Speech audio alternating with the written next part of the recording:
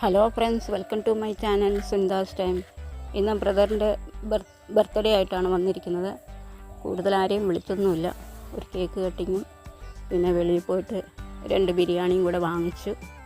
അത്രയേ ഉള്ളൂ ഇന്നത്തെ ഞങ്ങളുടെ ബർത്ത്ഡേ പാർട്ടി. അങ്ങനെ ഹാപ്പി ബർത്ത്ഡേ ടു യു. അങ്ങനെ ബിരിയാണി വാങ്ങിച്ചു, 2 ബിരിയാണിയും വാങ്ങിച്ച് കഴിച്ചു.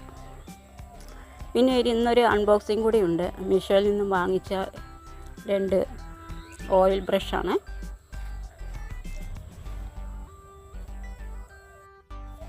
കുഴപ്പമില്ല, നല്ല ബിരിയാണിയാണ്. ഇവിടെ വീടിൻ്റെ അടുത്ത് തന്നെയാണ് ബിരിയാണി കടയുള്ളത്, ഒരു ഹോട്ടലുള്ളത്. പിന്നെ ഇതൊന്ന് ഗെറ്റ് 1 ഫ്രീ ആണ്. അതുകൊണ്ടാണ് ഞാൻ മിക്കവാറും വാങ്ങിക്കുന്നത്. ഒന്നെടുത്താൽ ഒന്ന് ഫ്രീ ആയതുകൊണ്ട്. അപ്പോൾ നമ്മുടെ ഓയിൽ ബ്രഷ് ഒന്ന് കാണാം. കാരണം ഇതാണ് ഓയിൽ ബ്രഷ്. നമുക്ക് ദോശ ചുടാനോ അല്ലെങ്കിൽ കേക്കൊക്കെ ഉണ്ടാക്കുന്ന സമയത്ത് നമുക്ക് പാനിൽ സ്പ്രെഡ് ചെയ്യാൻ വേണ്ടിയിട്ടാണിത്. അപ്പോൾ ഒന്ന് ഫ്രീയോ ഒന്ന് അങ്ങനെയാണ് വാങ്ങിച്ചിരിക്കുന്നത്. ഇത് നമുക്ക് ഇപ്പോൾ പാത്രങ്ങളിലൊക്കെ ആക്കി വെച്ചാൽ അത് മാറ്റിയിടണം, എല്ലാം ചെയ്യണം. അതുകൊണ്ട് ഇതാണെങ്കിൽ നമുക്ക് മാറ്റിയിടേണ്ട ആവശ്യമില്ല, അങ്ങനെ തന്നെ വയ്ക്കാം. പിന്നെ ഒരു ബ്രേക്ക്ഫാസ്റ്റ് ആയിട്ടാണ് വന്നിരിക്കുന്നത്. ബ്രേക്ക്ഫാസ്റ്റോ ഈവനിങ് സ്നാക്സ് ആയിട്ടോ നമുക്ക് ഉപയോഗിക്കാം. പഴയ ചോറ് ഉണ്ടെങ്കിൽ അത് കളയരുത്. അത് 2 കപ്പ് എടുത്തിട്ടുണ്ട്. അതിലേക്ക് നമുക്ക് ഒരു 3/4 കപ്പോളം കടലപ്പൊടി ആഡ് ചെയ്ത് കൊടുക്കാം. അതിനുശേഷം 1/2 കപ്പോളം നല്ല കട്ട തൈര് ആഡ് ചെയ്ത് കൊടുക്കാം. ഇത് നമുക്ക് നല്ലപോലെ അത് മിക്സ് ചെയ്ത് കൊടുക്കണേ.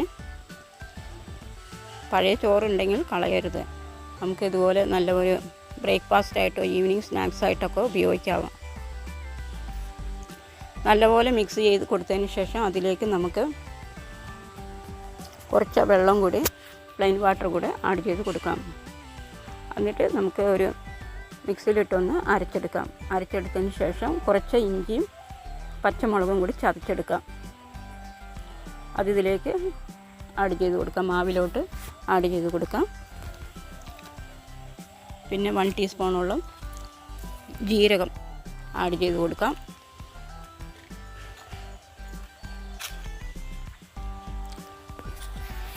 ഉപ്പ് ആവശ്യത്തിന് ആഡ് ചെയ്ത് കൊടുക്കാം. റവ ഒരു 4 ടീസ്പൂണോളം ആഡ് ചെയ്ത് കൊടുക്കാം.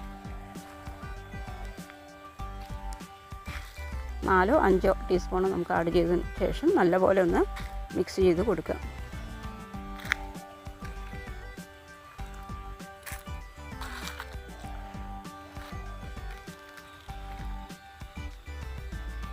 ഈ റവ വറുത്തതോ വറുക്കാത്തതോ ഏത് വേണമെങ്കിലും നമുക്ക് ഉപയോഗിക്കാം.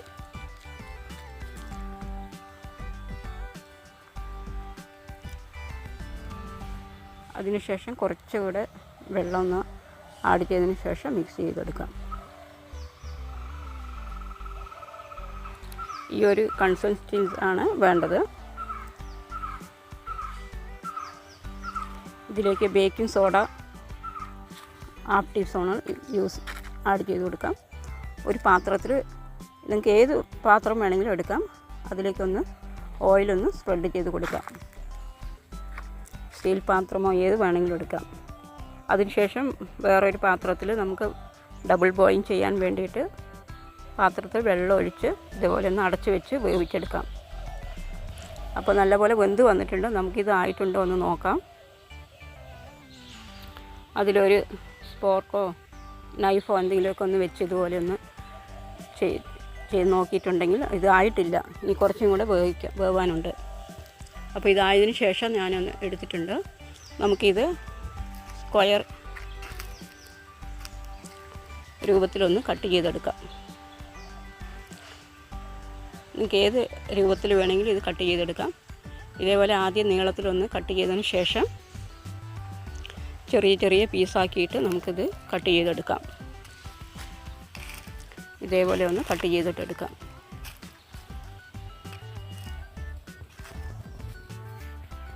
നല്ല ടേസ്റ്റിയാണ്. ഇങ്ങനെ വേണമെങ്കിലും കഴിക്കാം. ഞാനിത് എണ്ണയിൽ ഒഴിച്ചിട്ട് ഒന്നും കൂടെ ഫ്രൈ ചെയ്തതിന് ശേഷമാണ് ഇതെടുക്കാൻ പോകുന്നത്. അപ്പോൾ പാനിൽ എണ്ണ ഒഴിച്ചതിന് ശേഷം അതിലേക്ക് കടുക്, പിന്നെ കാശ്മീരി ചില്ലി പൗഡർ, ഗരം മസാലപ്പൊടി ഒക്കെ ചേർത്ത് കൊടുത്തിട്ടുണ്ട്. ഇതേപോലെ ഒന്ന് ഫ്രൈ ചെയ്തെടുക്കുക. നല്ല ടേസ്റ്റാണ്. ഇത്തിരി എരിവൊക്കെ ഉണ്ട്. നല്ല മൊരിഞ്ഞ് കിട്ടിയിട്ടുണ്ട്. ഇത് ബ്രേക്ക്ഫാസ്റ്റ് ആയിട്ടോ ഈവനിങ് സ്നാക്സ് ആയിട്ടൊക്കെ നമുക്ക് ഉപയോഗിക്കാം. അപ്പോൾ എൻ്റെ ഈ റെസിപ്പി, ഇന്നത്തെ വ്ളോഗും എല്ലാം ഇഷ്ടമായെങ്കിൽ ഷെയർ ചെയ്യാനും ലൈക്ക് ചെയ്യാനും കമൻറ്റ് ചെയ്യാനും മറക്കല്ലേ. എൻ്റെ ചാനൽ നിങ്ങൾ ഇതുവരെ സബ്സ്ക്രൈബ് ചെയ്തിട്ട് സബ്സ്ക്രൈബ് ചെയ്യണേ. Okay bye. അടുത്ത റെസിപ്പി കാണുന്നവരെ.